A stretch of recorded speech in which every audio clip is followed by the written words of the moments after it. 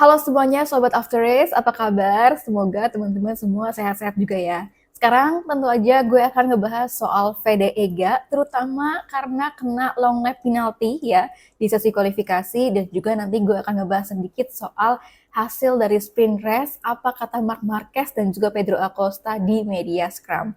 Jadi saksiin sampai habis ya teman-teman.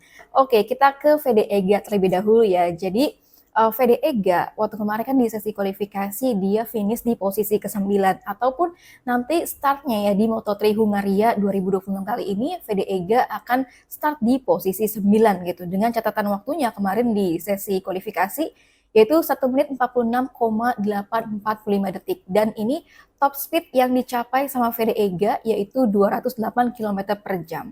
Nah, setelah sesi kualifikasi, ternyata VD Ega ini dinyatakan kena long lap penalty ataupun VD Ega mendapatkan hukumannya dari FIM Steward.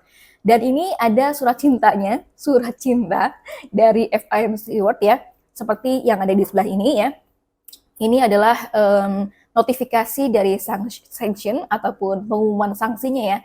Jadi ini gue bacain teman-teman. Yang di atas ini ada notification of sanction, yaitu pengumuman sanksi ya kepada Veda Patrama. Ini salah ketik nih FAM. Harusnya Veda Pratama gitu ya. Nomor 9 karena Veda Ega kan nomor motornya 9, kemudian tanggalnya tanggal 6 Juni 2026 di kelas Moto3 dan juga ini timnya tim Honda tim Asia dan juga waktunya ini jam 16:10 ya. Ini waktu setempat.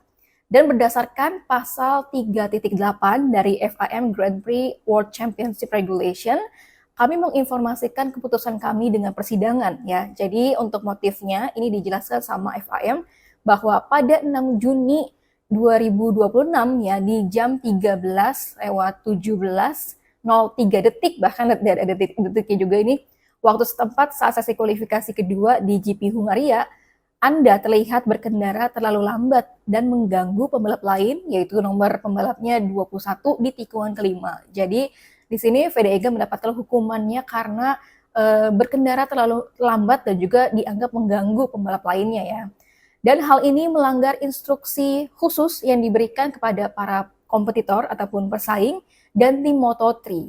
Oleh karena itu, ini merupakan pelanggaran pasal 1.21.2 dan peraturan kejuaraan dunia Grand Prix FIM. Dan maka dari itu, tadi udah ada dijelasin motifnya ya oleh FIM.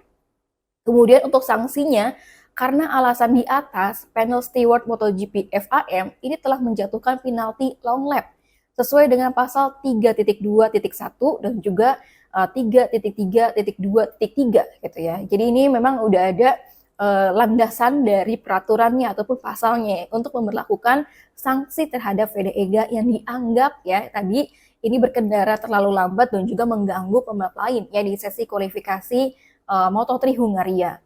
Dan penjelasan untuk penaltinya, jadi berdasarkan protokol penalti yang dikeluarkan untuk tim, tindakan ini dianggap sebagai insiden tipe M3 dash gitu ya, SR5. Ini berkendara lambat di kualifikasi 1, kualifikasi kedua, dan juga mengganggu pembalap lain. Jadi memang ini motifnya dianggap berkendara lambat dan juga tadi mengganggu pembalap lainnya. Dan sebagai pelanggaran pertama musim ini, penalti yang tepat dalam kasus ini adalah long lap penalty. Jadi karena ini adalah hukuman perdana ataupun pelanggaran perdana dari VD Ega Pratama gitu ya, makanya penalti yang tepat dalam kasus ini menurut dari FIM adalah long lap penalty. Jadi teman-teman nanti VD Ega ini balapan harus menjalankan long lap penalty ya di race Moto3 Hungaria 2026. Tapi ini posisi startnya VD Ega nggak berubah. Meskipun ada long lap penalty, tapi untuk posisi startnya tidak berubah ya teman-teman. Tetap di start posisi ke-9.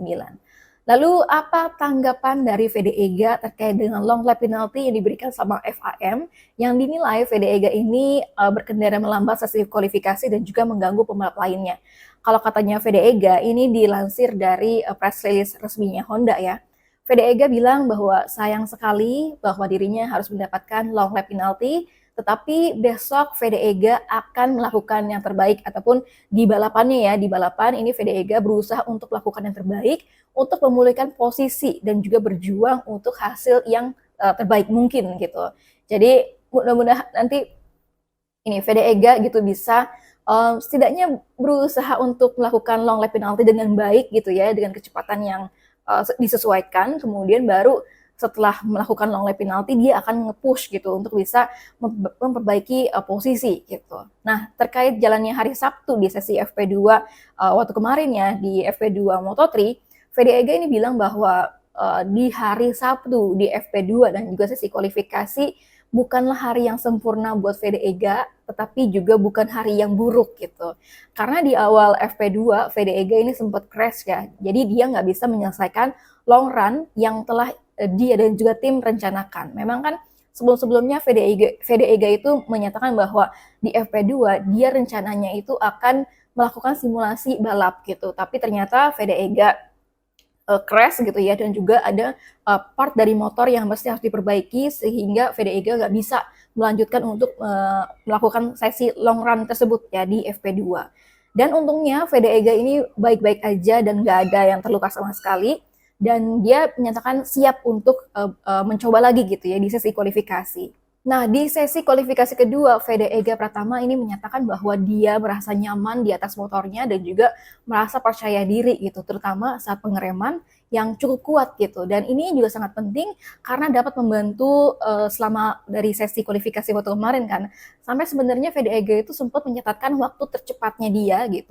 Sayangnya lap terbaik dari Fede Ega ini dibatalkan karena yellow flag ya, dan selisih dengan pembalap yang di depan itu memang sangat kecil. Jadi memang waktu kemarin Fede Ega sempat berada di posisi kedua gitu ya, tapi ya karena memang kemudian ada yellow flag, ada pembalap yang crash, ini lap time yang terbaik dari Fede Ega itu dibatalkan. Sampai akhirnya para pembalap lainnya juga mencatatkan waktu yang tercepat juga ya dibandingin dengan Fede Ega, dan Fede Ega ini berhasil finishnya waktu kemarin alias mencatatkan waktu tercepatnya itu di posisi ke-9 gitu. Tapi menurut dari Fede Ega, mulai dari posisi ke-9 ini masih merupakan hasil yang layak ya, dan juga membuat Fede Ega ini tetap berada dekat dengan kelompok di depan gitu. Tapi dengan adanya long lap penalty, nanti kita akan melihat bagaimana kemampuan dan juga berusahanya Fede Ega gitu ya, supaya Fede Ega ini bisa kompetitif lah istilahnya gitu. Nah, sementara ini juga ada dari Hiroshi Aoyama ya, selaku dari manajer tim Honda Asia. Dia mengatakan bahwa di sesi kualifikasi kedua, situasi Fede Ega ini dianggap kurang beruntung gitu. Lap tercepatnya dibatalkan karena adanya bendera kuning setelah pembalap lain ini mengalami kecelakaan. Dan selama lap bagus lainnya, ini Fede Ega terganggu ya dengan traffic ataupun kayak para pembalap tuh ada di depan Fede Ega semuanya gitu. Jadi ini masih terkendala sama traffic pembalap.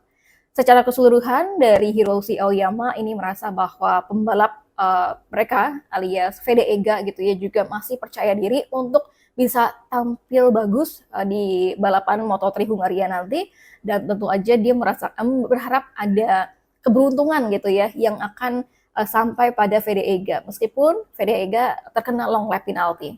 Nah, untuk dari startnya nanti untuk Moto3 Hungaria, yang pertama itu ada David Almanza, kedua ada Maximo Quiles, ketiga ada Brian Uriarte, keempat ada Valentin Perone, kemudian kelima ada Jesus Rios, keenam ada Rico Salmela, ketujuh ada Marco Morelli, kedelapan ada Adrian Cruzes, kesembilan ada Fede Ega Pratama, dan juga kalau Hakim Danish ya, pembalap Malaysia itu ke-19. Oke, itu dia guys soal Fede Ega. Mudah-mudahan Fede Ega ini bisa menjalankan strateginya ya untuk melakukan long lap penalty. Jadi kemungkinan long lap penalty akan dilakuin di awal-awal balapan gitu ya, di awal-awal lap. Kemudian nanti Fede Ega akan berusaha gitu ya untuk menyusul membalikan lagi posisi dia gitu sampai di posisi ke-9 atau bahkan di posisi teratasnya nanti. Oke, kali ini kita beralih ke MotoGP ya. Untuk posisi startnya nanti di balapan MotoGP Hungaria 2026 ada Marc Marquez, kemudian kedua ada Pedro Acosta, ketiga ada Fermin Aldeguer, keempat ada Fabio Di Gia, kelima ada Pecco Bagnaia, keenam ada Marco Bezzecchi, ketujuh ada Raul Fernandez, kedelapan ada Jorge Martin, ke-9 ada Luca Marini, dan juga ke-10 ada Ai Ogura.